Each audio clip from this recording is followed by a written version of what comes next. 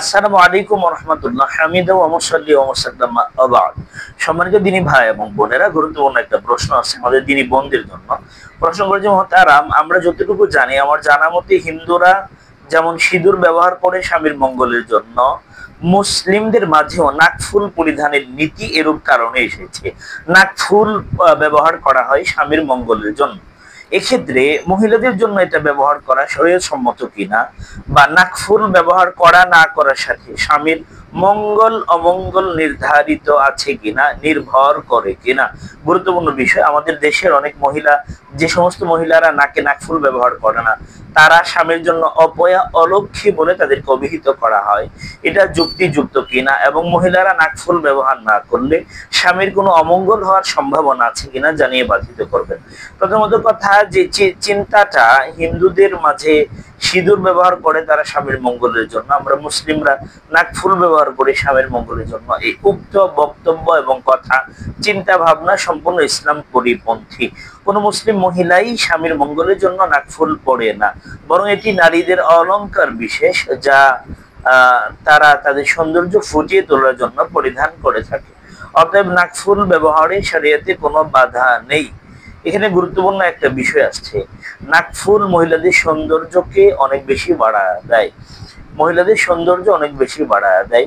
নাকফুল ব্যবহার করা না করার দ্বারা স্বামীর মঙ্গল অমঙ্গল নির্ধারণ করে না, কারণ আল্লাহ তাআলা মঙ্গল অমঙ্গলের মালিকুল কদরি খায়রিহি ওয়া শাররিহি মিনাল্লাহি তাআলা। একজন ইমানদারের আরকানুল ঈমান, ইমানের রুকন হচ্ছে 6টা। আরকানুল ঈমানে সিত, ইমানের রুকন হচ্ছে 6টা। এর মাঝে একটা হচ্ছে তাকদীরের ভালো মন্দ সবকিছু আল্লাহর পক্ষ থেকে আসে। স্ত্রী নাকফুল ব্যবহার করা না করার মাঝে নাই। এটা এজন্য আল্লাহ কোরআনে বলেন, ওয়া ইয়ামসাসকাল্লাহু বিখাইরিন ফালা রাদ্দা লিফাদলি ওয়া ইয়ামসাসকাল্লাহু বিশাররিন।